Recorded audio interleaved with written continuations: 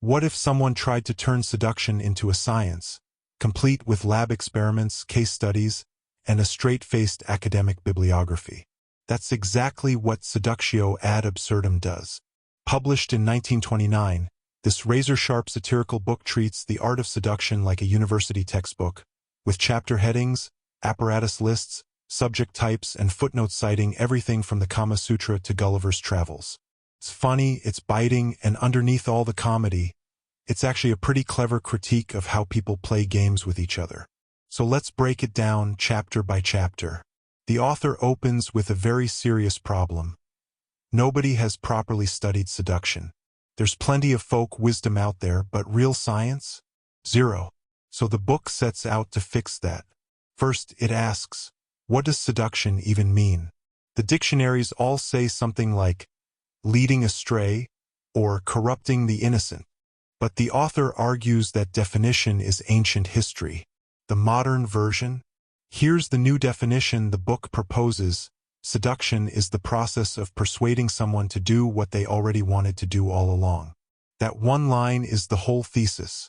And honestly, it still hits today. The intro also traces the history of seduction, from Greek gods who literally turned into swans and bulls, to the medieval church making it sinful, which of course made it irresistible, to the Renaissance when kings elevated their mistresses to royalty. By the 1920s, seduction had gone fully mainstream. It's no longer a secret sin. It's practically a hobby. And the reason? People have too much free time. The modern world gave us 8-hour workdays and crossword puzzles, and apparently elaborate romantic scheming. The book's main section is called Experiments. Each chapter is a different seduction scenario with a type, a subject, an apparatus, yes, like a chemistry lab, and then the actual scene plays out in dialogue. Let's go through each one. Chapter 1. I think you have a great capacity for living. The setting is a fancy restaurant, post-dinner coffee. The move?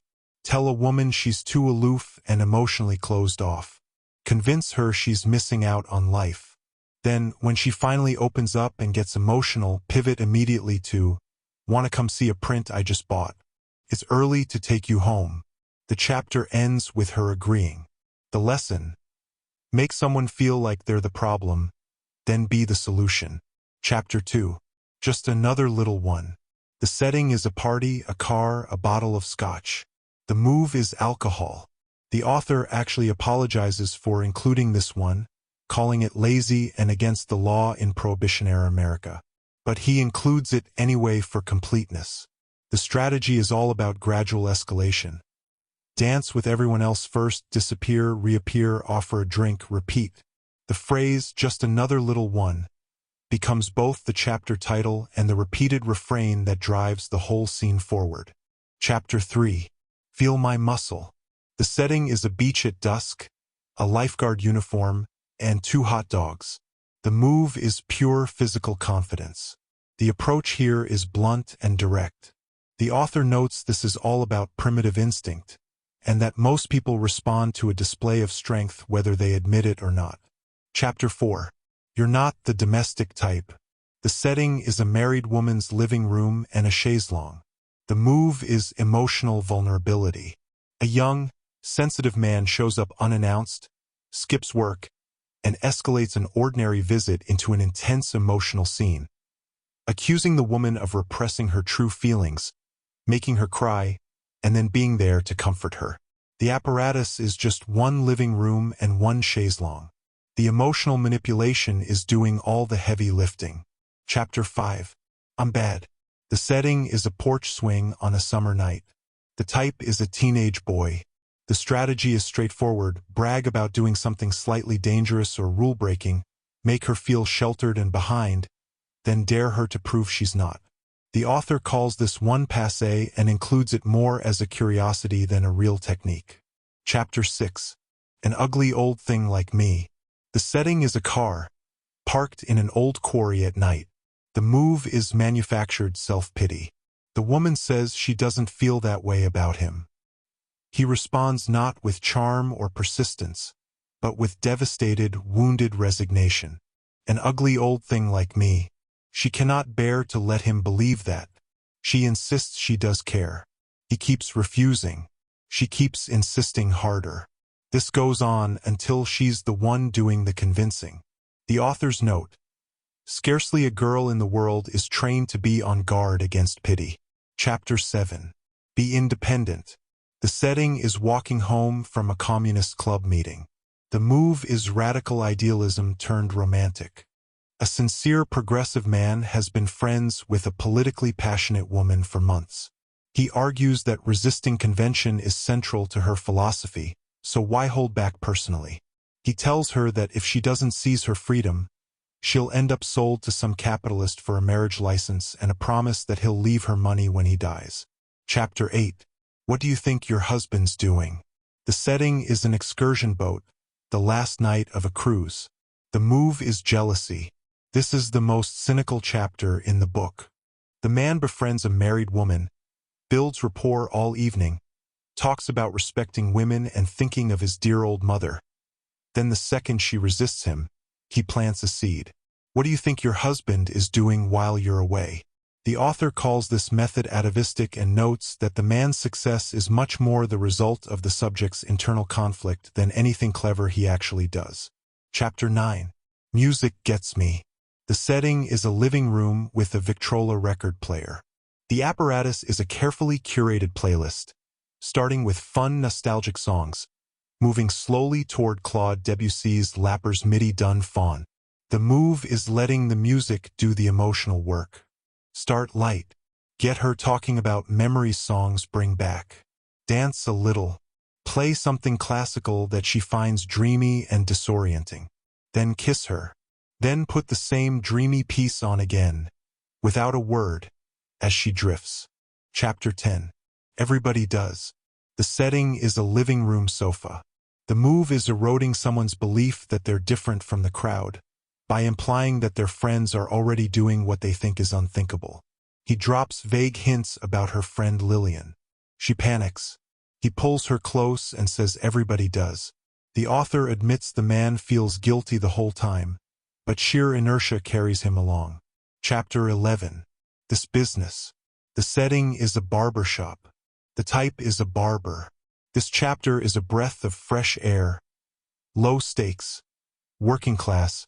Genuinely funny. A woman comes in for a haircut.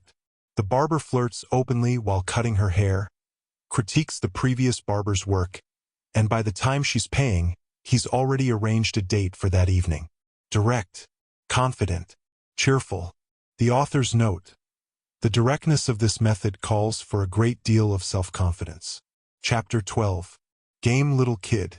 The setting is a campfire picnic by a lake. The move is the friendship frame, then the reversal. He tells her she's just like a boy to him, a real friend. He says he doesn't think of her that way, which naturally makes her wonder why not. When she's confused about what's happening, he says, "You said you trusted me. Can't you trust yourself?" She's confused. He wins. Chapter 13. Promise me you won't. The setting is a young woman's studio apartment. The type is a married boss. The move is the concerned father routine. He lectures her about living alone, warns her about dangerous ideas, tells her she doesn't know anything about life, and then, right in the middle of asking her to promise she won't let anyone take advantage of her, he kisses her himself. The author's comment: somehow the sight of a man being paternal arouses in woman a protective instinct on her own part. Chapter 14. What is life? The setting is a dim, book-filled room with 4 bookcases and 20 ashtrays. The type is a middle-aged, cultured, precious man. The subject is an ardent 17-year-old poet. The move is aesthetic seduction. He quotes poetry. He critiques her poem kindly but brilliantly. He acts both world-weary and enchanted by her youth. She forgets where she is. The chapter ends with him very quietly locking the door. Chapter 15. A man my age. The setting is a dusty apartment with a roaring fire. The type is a married man, over 45, recently separated. The move is radical honesty about his marriage, which draws a warm, sympathetic woman in completely. He tells her she's the only one of his wife's friends he ever liked. They talk for hours. He makes her feel wise, rare and truly seen. And then at the precise emotional peak of the evening, he seizes her and says, "Oh, Barbara, I do love you so much." Chapter 16. Gonna be nice. The setting is a car on a country road at night. Two guys, two girls they picked up driving slowly past them on the street. The twist: this one doesn't work. The girls get out and start walking home. The boys beg. The girls come back, but only because the boys drop the subject entirely. Then the girls go home. The boys sit there quietly baffled. The author includes this as a cautionary tale. Sometimes the subject has too much common sense for any of this to work. Chapter 17. Life is short. The setting is a canoe at sunset. The move is existential philosophy as a pickup line. He points at stars. He talks about how small we all are. He says he only does things he genuinely enjoys: eating, sleeping, sailing, kissing, because life is too brief to waste on things you don't love. Then he kisses her. She protests. He says, "Why not? It's fun." This goes on for several rounds until she stops counting the minutes. Chapter 18. I'd have said you were from New York. The setting is a cross-country train. The type is a lonely traveling salesman. The subject is a young woman traveling alone for the first time, excited and impressionable. The move is flattery disguised as observation. I'd have said you were from New York. She's from a small town in Illinois. Being read as a sophisticated New Yorker is the nicest thing anyone's ever said to her. He builds connection over dinner, admits he talks too much, and then at bedtime says, "I'm not going to say goodnight. I'm coming to lend you a book." She knows what that means. She lies in her bunk thinking about it. Chapter 19. She loved me for the dangers. The setting is a dull Sunday afternoon, a sorority house, and later a car parked by a cliff. The type is a distinguished older traveler. Gray-haired, bronzed, just passing through. Builds bridges in Abyssinia. Has a precise accent. The subject is a bored college student named Dorothy. The move is mystery. He says almost nothing personal. He talks about being perilously near to discovery in the wilderness. He dances slow and European. He drives her to a dark cliff overlooking the city and calls her a lovely child, then kisses her once on the brow. That's it. Just the forehead. Then he drives her home and leaves without even a real goodbye. Dorothy goes to her room and sits in the dark. The author calls this the most subtle method of them all, seduction entirely by imagination. He barely did anything. She did all the rest herself. So what is Seductio Ad Absurdum, really? On the surface, it's a comedy, a parody of dry academic writing applied to the most human, messy, unscientific of subjects. But underneath, it's a sharp piece of social observation. Every chapter holds up a mirror to a different tactic: pity, flattery, jealousy, philosophy, music, peer pressure, and by treating them as science, the book quietly exposes how calculated these supposedly romantic moments really are. And the funniest, most honest line in the whole book? Seduction is the process of persuading someone to do what they already wanted to do all along. Maybe that's the whole game right there.